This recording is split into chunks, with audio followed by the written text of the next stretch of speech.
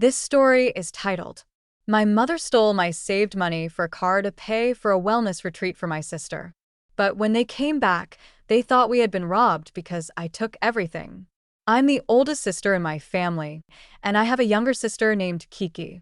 Being the oldest, I have been the one who has supported my family financially for years. After my dad died, everything changed. To give some context, 4 years ago, my dad passed away in a hit-and-run accident. When the ambulance finally arrived, it was too late, and he was pronounced dead at the scene. To make things worse, they never caught the person responsible, leaving us with deep pain and the frustration that justice was never served.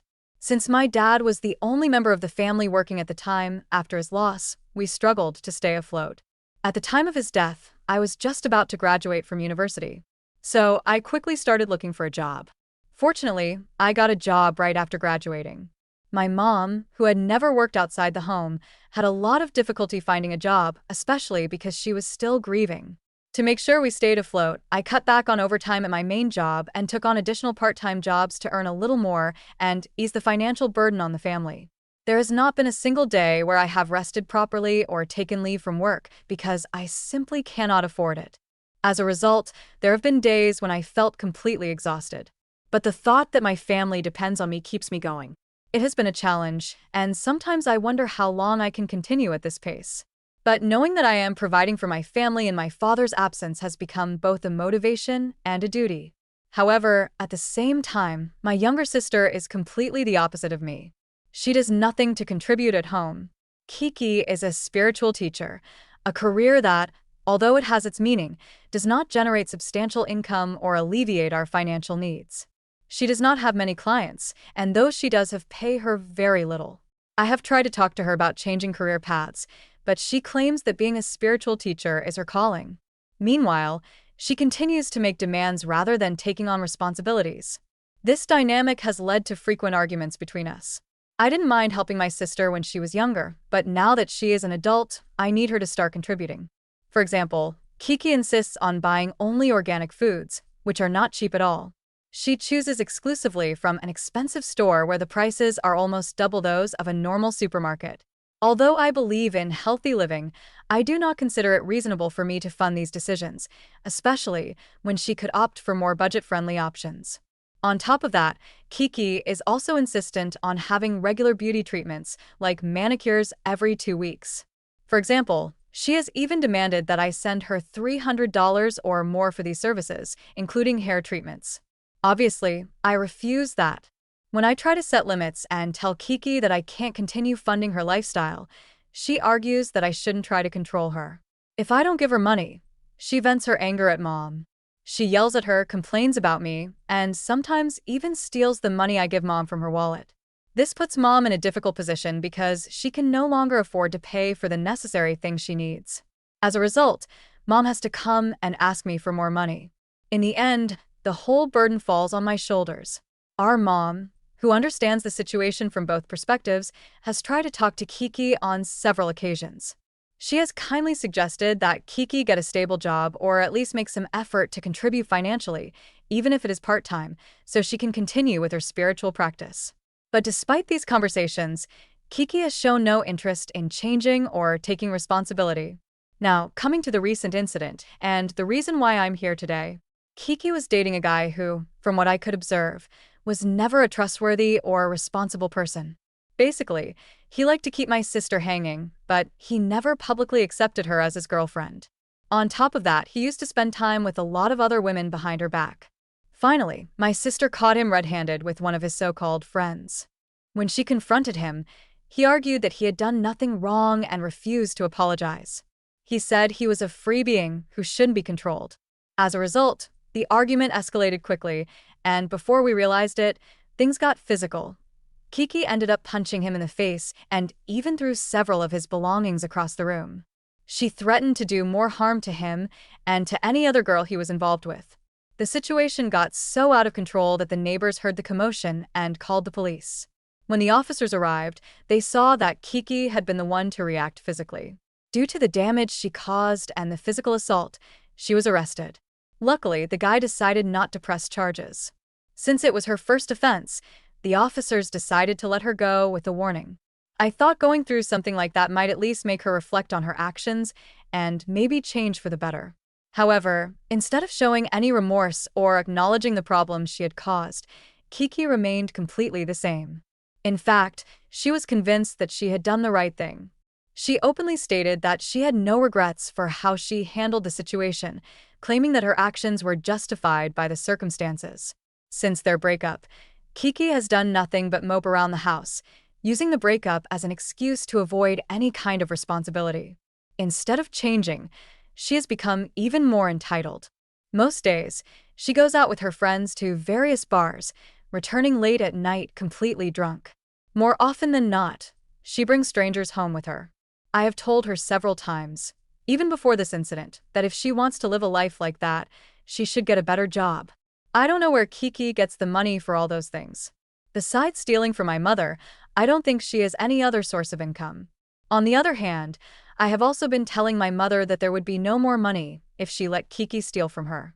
So, she's been taking better care of her money by hiding it, knowing she won't get more from me. This has already happened on a couple of occasions when she asked me for more money because she needed it for something. I simply told her to go ask Kiki for it or to get a job herself. This week, my mom called me to talk about Kiki. My sister was out at the time, so my mom and I were able to talk freely about her. Mom started by telling me that she was starting to get seriously worried about Kiki because she had recently found out that Kiki had been using drugs. This came as a surprise since I thought my sister only got drunk or smoked marijuana. I know those are drugs too, but I didn't expect her to move on to harder substances. It also made sense because my sister had been asking my mother for more and more money every week. Mom continued, stating that Kiki's self-destructive behavior could get even worse, and she felt we needed to intervene before things got completely out of control. I agreed and suggested that maybe it was time to seek professional help for Kiki. Perhaps we could look into rehab, a counselor, or even therapy, someone who could reach her in a way that we clearly couldn't. After all, no kind of conversation seems to be making a difference. Every attempt we've made to get closer to her has ended in arguments. However, my mom argued that she didn't want to leave the care of her daughter in the hands of strangers. She felt strongly that, as a family, it was our responsibility to support Kiki in any way we could. She then told me that she had been doing her own research and had found a perfect luxury wellness retreat. She thought she could take Kiki there for a week. This retreat allowed each participant to bring a companion, and Mom felt it would be a good idea for her to accompany Kiki. This seemed absurd to me because it was excessively expensive, and my sister did not need a companion. With my salary, after covering all our bills and family expenses, there is rarely anything extra left. A luxury retreat was out of the question. We can't even afford to treat ourselves to a meal at a modest restaurant, so the idea of paying for a week at an expensive retreat seemed totally out of place. When I asked how we were going to pay for this, Mom gently reminded me that she knew I had been saving for months to buy a used car. She then suggested that maybe I could use that money to send Kiki and her to the retreat. I had been saving that money for this car because it was essential to my daily routine. Currently, my commute to and from work takes me 2 hours, and having a car would drastically reduce that time. Buying a car was something I needed to better manage my time and reduce the exhaustion that comes with such a long trip. Plus, this wasn't just for me. Having a car would benefit all of us. I explained this to my mom. So, I told her that I wasn't going to give up my savings for my sister. But for Mom, it was important because Kiki needed this experience more than I needed the car. She insisted that we couldn't sit idly by and do nothing for her. She said she didn't want to lose another loved one, especially after Dad's passing, and she was convinced that a retreat could be transformative for Kiki.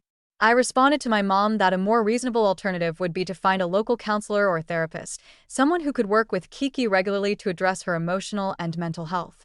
That way, we wouldn't have to spend such a significant amount on a retreat where Kiki could end up just relaxing instead of addressing the issues she needed to face. Plus, a luxury wellness retreat would only help her become more hippie than she already was and act even more entitled with money she hadn't even helped earn. I suggested we get a reliable counselor for Kiki before the week was over. I suggested to Mom that all she needed to do was have a conversation with Kiki and encourage my sister to give therapy a try, especially since Kiki usually ignores my suggestions. My mom didn't argue with me much after that, so I thought she had finally seen my point. But I wouldn't be here writing this if my mother had actually done that. You can imagine my complete shock and anger when I came home last night, exhausted after work, only to find the house empty. Normally, when mom is home, she's watching television or reading one of her books. I called both Kiki and mom, hoping they would appear from somewhere, but the house was empty. There was no answer and no sign of anyone. I thought maybe they were out buying groceries or something similar, and I went to the kitchen and noticed a note taped to the refrigerator that had clearly been written by my mom. The note said, "I'm sorry I didn't wait for you. Kiki and I are on our way to the retreat. I know you'll be upset, but honestly, money can always be earned again, but your sister's mental health is the priority. We'll see each other in a week." The first thing I did was run to my computer and log into my bank account. Mom didn't have access to my account, but she had probably gone through my things to find where I had written down the access information. When I checked my balance, I almost fainted at the keyboard. Mom had withdrawn all my savings. I was the one who had sacrificed my time, my energy, and my future, all to keep us afloat. And now, after everything, they had taken my money for a trip that I never approved. Since then, I have left several messages yelling at my mom, trying to make her understand how deeply she hurt me. But she hasn't responded once, choosing instead to ignore my attempts to contact her.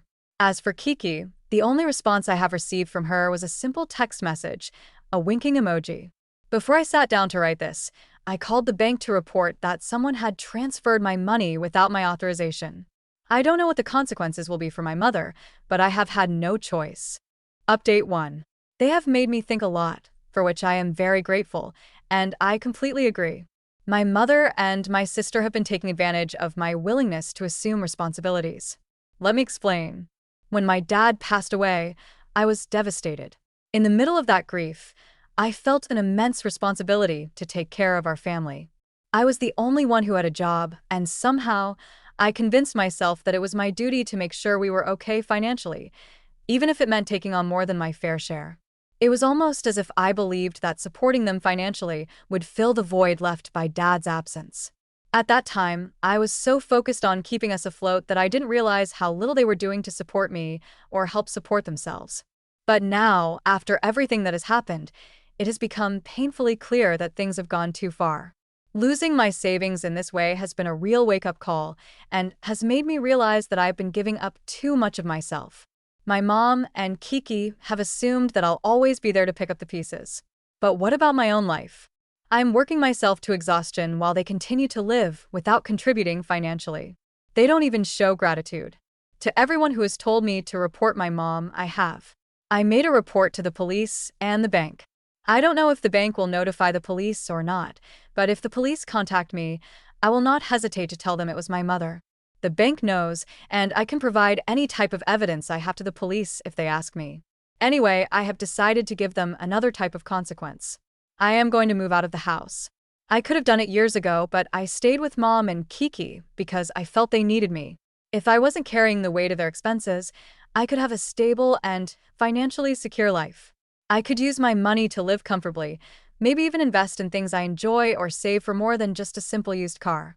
It's hard to admit, but I'm starting to realize that my loyalty to my family has cost me my own happiness. I have a lot to think about tonight. Update 2. It's been 2 weeks since my last update. The first thing I did was start packing up my things from home.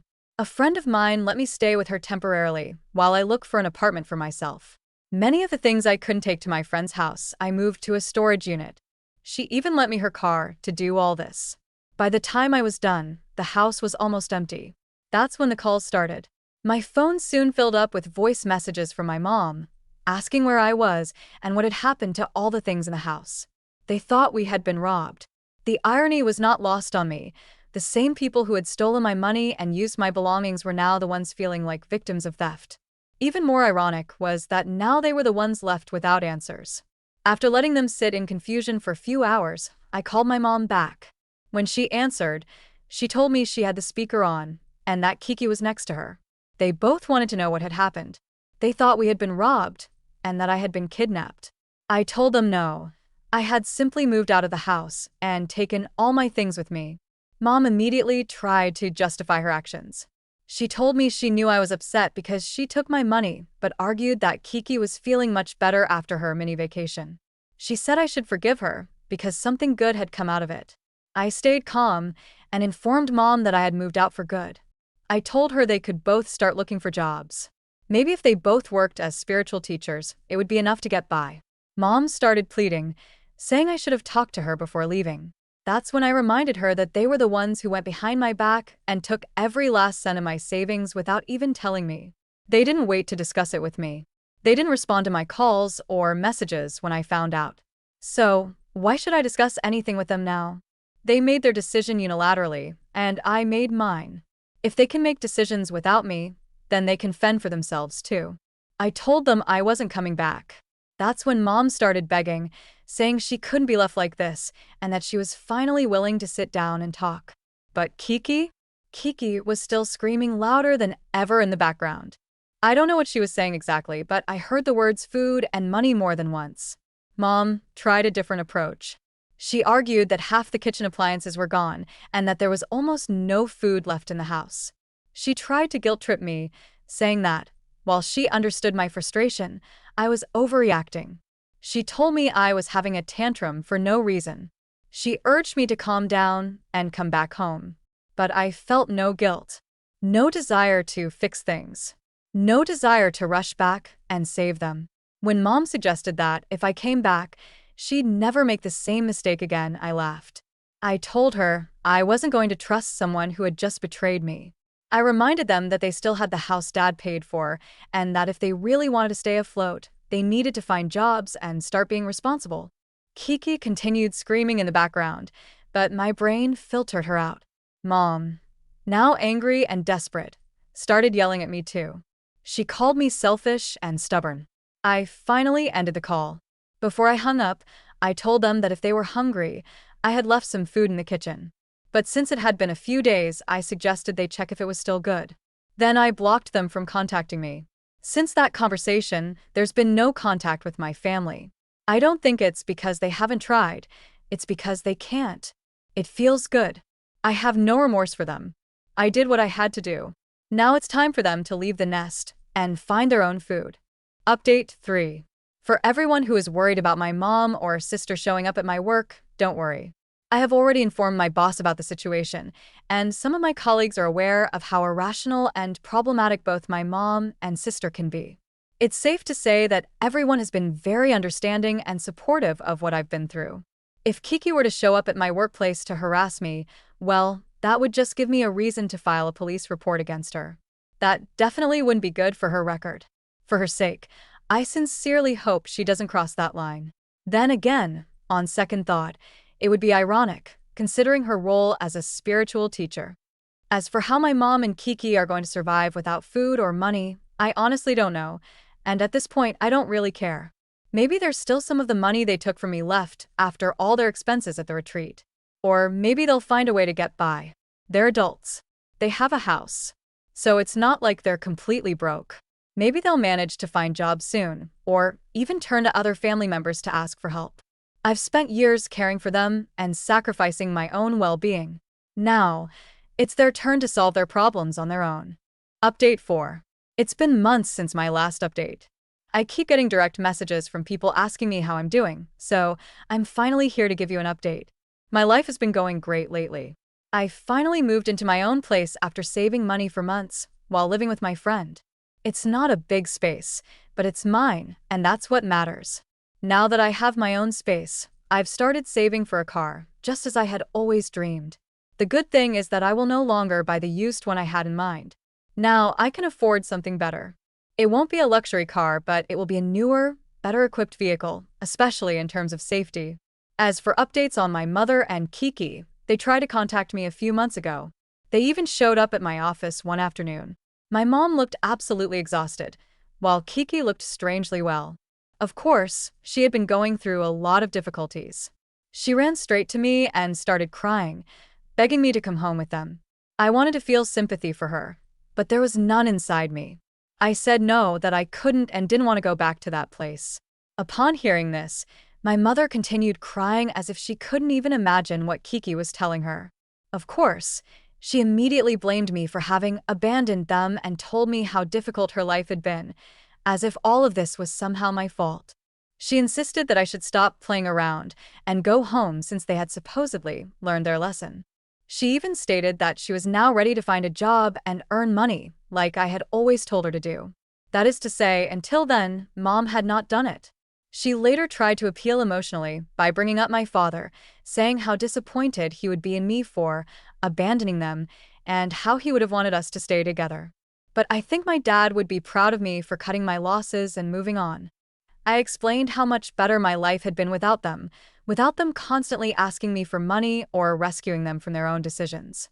I also made it clear that it was wrong for them to just show up at my office, disrespecting my boundaries. I had left. I had cut them off from my life. This was not okay. They couldn't force me to come home with them when I didn't want to.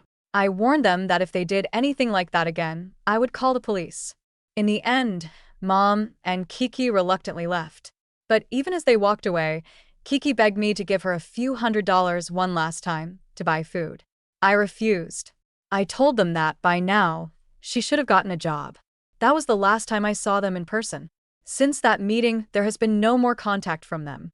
However, I've heard from some friends from my old neighborhood that Kiki still hasn't found a stable job. Meanwhile, my mom is now working at a local diner and is in charge of bringing in all the money for the household. Apparently, Kiki has also made her current boyfriend move in with them. From what I've heard, this guy does have a job, and he's not exactly a freeloader. So I guess he's helping with things. Looks like he's the person they're taking advantage of now. As for the bank, I'm happy to say they opened a formal investigation, and my mother was found guilty. So, in theory, she's supposed to return the money, if she hasn't already. At the very least, the bank refunded everything to me, so that's no longer something I have to worry about. Update 5. In my last update, I mentioned that my sister and my mother had found a replacement, someone to take advantage of. That was my sister's boyfriend. Well, he's gone now after discovering that, apparently, part of the job of being a spiritual teacher included sleeping with her clients. I didn't know that was part of the job. Of course, I'm being sarcastic, but it is true that my sister slept with a client. Although it's not officially part of her job, she was unfaithful to the boyfriend who was paying for everything. As a result, he has abandoned them. I know all of this because I have a huge email from my mother on my screen right now as I write this update. The email contains many other things besides my sister's infidelity. For my mother, it was just a small mistake. According to her, while the infidelity lasted, my sister was better. My mother even says that the boyfriend should understand that my sister needs those things to stay mentally healthy. This makes me think that my mother always knew about the infidelity. But, reading the email, I don't see her saying it explicitly. Then again, it's not like I paid too much attention to it the first time I read it. She also shared details about how the money from the diner job doesn't pay much. She said that now, not even my sister has clients. After the scandal, the boyfriend apparently contacted her clients, and now she has none. I don't know if the client she cheated with also left or if he simply stopped paying. Another thing my mother mentions in the email is that, after so much time, we could resolve our differences so I can return home. According to her, time and distance can cure any problem we have. She has not received any response from me. The new email address she created to send me this message has already been sent to my spam folder. For those who asked, there's no mention of what happened with the bank, whether she has paid back the money or still owes it. I'm sorry I don't have more information on that for those who are curious. I hope everyone is doing well after so many months without hearing from me. What do you think about this story? Have you ever experienced something similar, or do you know someone who has? Share your thoughts in the comments. Don't forget to hit the notification bell and subscribe to the channel for more amazing stories.